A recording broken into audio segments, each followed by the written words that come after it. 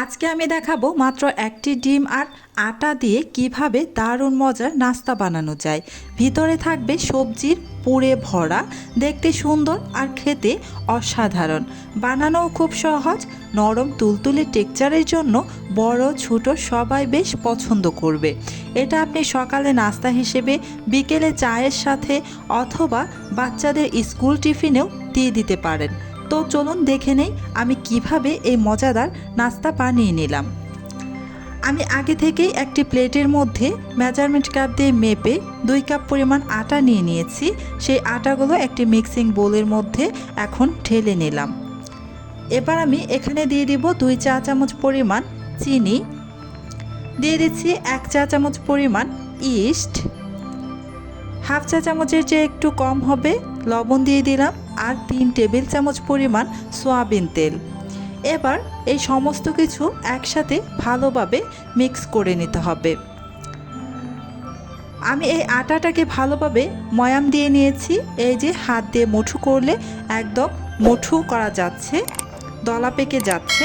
এবার আমি এখানে দিয়ে দিব পানি, অল্প অল্প পানি দিয়ে একটা সফট ডো তৈরি করে নেব।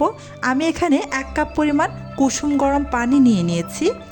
অল্প অল্প পানি দিয়ে একটা ডো বানিয়ে নিতে হবে। আমরা সাধারণত যেরকম রুটি বানানোর জন্য ডো তৈরি করি তার থেকে কিন্তু কিছুটা নরম হবে এই ডোটা আমার বানানো হয়ে গিয়েছে। এখন উপর থেকে কিছুটা সয়াবিন তেল মাখিয়ে নিচ্ছি। আর এই যে দেখুন 1 কাপ পানি নিয়েছিলাম, এই পানি থেকে এই যে 1 টেবিল চামচের মতো হবে পানি রয়ে গিয়েছে। এবার ঢাকনা দিয়ে ঢেকে রেখে দিব রেস্টে প্রায় 30 মিনিটের জন্য। এই ইস্ট যেন ভালোভাবে অ্যাক্টিভ হয়ে যায়, ডোটা যেন সেট হয়ে যায়, সেই জন্য আমি একটি পাত্রের মধ্যে কুসুম গরম পানি দিয়ে তারপর এই পানির উপরে আমি এই ডোর পাত্রটা রেখে দিব। এতে করে ডোটা পারফেক্টভাবে সেট হয়ে যাবে খুব দ্রুত।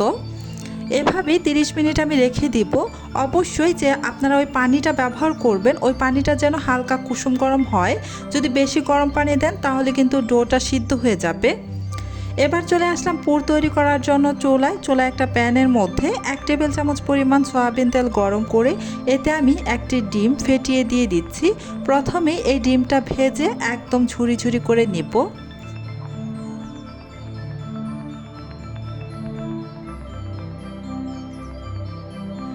ডিমটা ঝুরি ঝুরি করে একটি বাটির মধ্যে উঠিয়ে একটা সাইডে রেখে দিয়েছি। এবার আমি এই প্যানের মধ্যেই আরও 1 টেবিল চামচ পরিমাণ সয়াবিন তেল দিয়ে এখানে বড় সাইজের একটি পেঁয়াজ কুচি করে দিয়ে দিলাম। পেঁয়াজটাকে একটু নাড়াচাড়া করে ভেজে নিচ্ছি। হালকা যখন ব্রাউন কালার করে ভাজা হবে তখন আমি এখানে দিয়ে দিয়েছি কাঁচামরিচ কুচি। আমি এখানে আমার পছন্দ মতো ঝাল বুঝে কাঁচামরিচ ব্যবহার করেছি। আপনারা যেমন ঝাল খেতে পছন্দ করেন সেভাবেই এখানে কাঁচামরিচের পরিমাণটা দিয়ে দিবেন। তারপর এখানে দিয়ে দিয়েছি গাজর আর আলু কুচানো। আমি সমপরিমাণ আলু আর গাজর এখানে কুচিয়ে তারপর দিয়ে দিলাম এখানে হাফ চা চামচ ধনিয়ার গুঁড়া, স্বাদ মতো লবণ, হাফ চা চামচ মরিচের গুঁড়া, হাফ চা চামচ নিয়েছি গরম মশলার গুঁড়া, আর হাফ চা চামচ জিরার গুঁড়া। ব্যাস এই কয়েকটা উপকরণেই এই পুরটা খেতে ভীষণ ভালো লাগে। এবার নাড়াচাড়া করে ভালোভাবে মিশিয়ে নিয়ে ঢাকনা দিয়ে ঢেকে এই পুরটাকে ভেজে নিব। এখানে পানি দিবেন না, এক্সট্রা পানি দেওয়া ছাড়া চুলার আঁচ মিডিয়াম টু লো আঁচে রেখে একটু সময় নিয়ে পুরটাকে ভেজে নেবেন। এতে করে এই পুরটা খেতে ভীষণই ভালো হয়। যখন আলু আর গাজর হাফ সিদ্ধ হয়ে যাবে তখন এখানে আমি দিয়ে দিয়েছি আগে থেকে বেজে তুলে রাখা ডিমটা দিয়ে আবারও নাড়াচাড়া করে মিশিয়ে নিয়ে ঢাকনা দিয়ে আবারও ঢেকে দিয়েছি। এভাবে ঢাকনা দিয়ে ঢেকে যদি ভাজিটা করেন তাহলে এই আলু আর গাজর খুব সুন্দরভাবে খুব দ্রুত সিদ্ধ হয়ে যাবে। এখানে পানি দেওয়ার প্রয়োজন পড়বে না। আবার আমি এখানে কিছুটা ধনিয়া পাতা কুচি দিয়ে আবারও নাড়াচাড়া করে পুরটা রেডি করে নিলাম। এবার পুরটা ঠান্ডা হতে থাক। এদিকে আমি চলে আসলাম, আমি যে ডোটা তৈরি করে রেখেছিলাম সেখানে প্রায় 30 মিনিটের মতো হয়ে গিয়েছে। এই পানির পাত্রটা আমি আলাদা করে রেখে দিচ্ছি। আর এদিকে দেখুন ডোটা একদম ফুলে ডাবল হয়ে গিয়েছে। ভিতরে দেখুন একদম বাতাস রয়েছে। এটা আমি ভালোভাবে বাতাসটা বের করে একটু মথে নিব। এবার এখান থেকে আমি ছোট একটা লেচি কেটে নিব। এই ডোটা থেকে প্রায় 8 থেকে 9টির মতো নাস্তা তৈরি করা যাবে। আমি এখান থেকে একটি ছোট লেচি কেটে নিলাম। এবার আমি আপনাদের দেখিয়ে দিব কিভাবে নাস্তাটা আমি তৈরি করে নিয়েছিলাম। আমি যেখানে নাস্তাটা তৈরি করব সেখানে কিছুটা তেল দিয়ে ব্রাশ করে নিলাম যাতে করে নাস্তাটা লেগে না যায়। এই যে লেচিটা দিয়ে হাত দিয়ে এভাবে একটি রুটির শেপ দিয়ে নিচ্ছি। এখানে বেলাবেলির কোনো ঝামেলা নেই, হাত দিয়ে হালকা হাতে প্রেস করলেই খুব সুন্দর রুটি করে নেওয়া যাবে। এই যে দেখতেই পাচ্ছেন রুটিটা হয়ে গিয়েছে। এবার আমি একটা সাইড থেকে কিছুটা পুর দিয়ে দিচ্ছি, আমার পছন্দ অনুযায়ী এখানে পুরটা দিয়ে দিয়েছি। এবার রোল করে নিব। আপনারা ভিডিওতে দেখে নিশ্চয়ই বুঝতে পারছেন আমি কিভাবে কাজটা করছি, একদমই সহজ। এই তো রোলটা করে নিচ্ছি। পুরের পরিমাণটা একটু বাড়িয়ে দিবেন, তাহলে খেতে বেশ ভালো লাগবে।